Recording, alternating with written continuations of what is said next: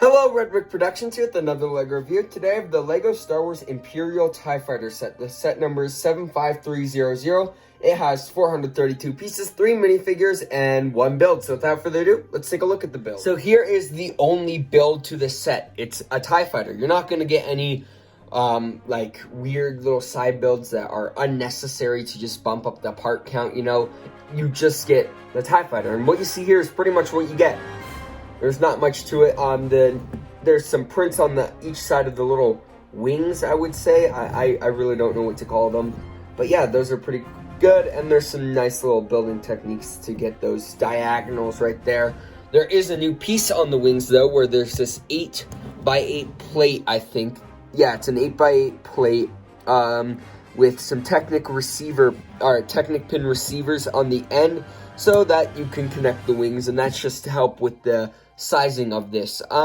What really bothers me with the wings are those little gray mixo ball joints there. I don't know, they just kind of bother me. It might not bother others, it just kind of sticks out to me. So I don't know how they could have fixed it, so I'm just gonna pretend those are this color. Anyway, you got the cockpit, which looks really good, where they have the same TIE Fighter print right there, and that can lift down to reveal the cockpit. And then you also have a roof that lifts up so that you have better access to the interior, and you got some red studs there to stop this roof from going down too far. And there's enough space for your TIE Fighter pilot to just kind of rest in there, and it shuts up pretty nicely. There is some little controls here too that can be articulated. Yeah, they just use that, what I'm hearing is called the Among Us piece because it looks like an Among Us character. Pretty stupid stuff. But you got on the top a print here, which is super easy to move around and break off. So when you're like flying this around, this either gets super off-centered or it pops off. So that's kind of annoying, but it has come in multiple sets. So yep, that's that. You got the spring-loaded shooters here. We all know how those work. You just press down and stuff. I'm not going to press down because when you go in the back, they stick out so far. Look at that. You can see them like that. It's really frustrating. So, you know, if you don't like them, shoot them out. Like, you don't need them. You don't need those there. For the back of this, it doesn't have much detail. It's pretty good. I think those are tail lights. No, I'm kidding.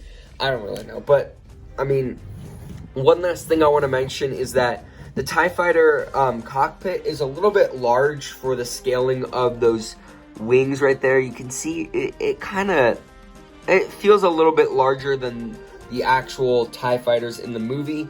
And I think LEGO was making a compromise of shaping in exchange for scale. So I think they did a pretty good job with the compromise. Because, I mean, it's not too noticeable. It still looks pretty good. So yeah, that's really it for the TIE Fighter build. Now let's move on to the figures. So here is the TIE Fighter pilot. And this is a really nice figure, I would say. Yeah, I mean, it's a little bit dark and you can't really see much. You can see some of the skin exposed right there, but that's fine. Back torso printing, there's not much. The front torso printing, you can see it's pretty good. And then there's some leg printing, and he does have a little blaster right there. And then when you take it off, you just get a little clone-ish face, you know.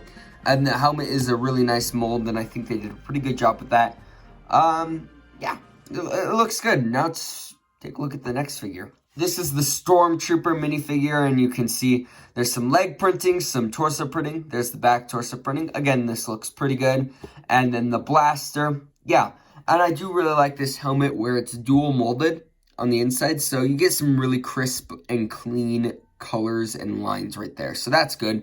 And then you just get a regular face right there. So yeah, that's it for the Stormtrooper. This is the Annihilate droid, or Annihilate is what they're trying to spell out, and that's pretty cool. There is an exclusive torso print there, which is the Droid Torso print. You can see some colored wires in there, which I think that looks pretty good. The leg printing there is also really good. A little bit of back torso printing with those wires, and then the head is pretty cool. Actually came in one other set, so that's the only not exclusive part in this set. But yeah, I like the shaping right there. It looks pretty good. I mean, and that's the last figure, so I guess let's take a look at the packaging and then my final verdict. So here is the box. Pretty good box overall. I mean, I can't really say much about it. On the back, it shows the inside of the Death Star and, you know, the figures, and it shows the spring-loaded shooters up there. But, yeah, and then it shows that you can play it play it in the Skywalker Saga game.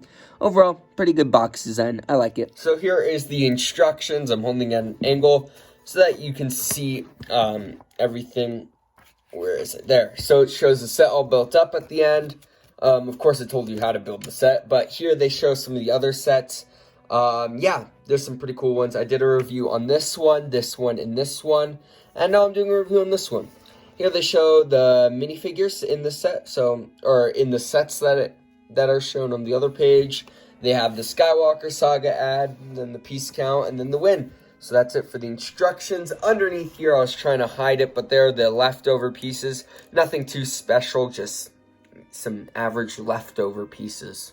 So for my final verdict, this is good. I actually think this is a really good set. You get a good selection of figures, one of which is exclusive, and you get a good TIE Fighter build. I think my biggest complaint is the spring-loaded shooters stick out so much and they're really noticeable, but hey, guess what? Just fire them off and don't use them. It still looks really good without them. So that's that. Yeah, I mean, overall, this is really good. I will have to mention the price because this is $40. It's $40 cheaper than some of the past TIE Fighters we've gotten. Like that TIE Dorito Chip Dagger one. Yeah, that was like $80. We got one in 2018 for $80 or $70. So this is a lot cheaper. And while it's scaled down a bit, so is that X-Wing. So it works well with the scaling. I think LEGO should continue this scale and at least make sets a little bit more affordable compared to $80, $70, and make $40. And to me, honestly, $40 is a little bit much for this. I would like $35, but if you can find it on sale, then yeah, that's good. Overall, good set. I would have to give this, I don't know, an A. Or, yeah, an A. We'll give it an A because I really like this. So, yeah, that's it for this review. If you like this video, please consider liking and subscribing. And I'd like to hear your guys' thoughts about the set in the comments below. Thank you guys so much for watching, and I'll see you in my next video. Peace out. Bye.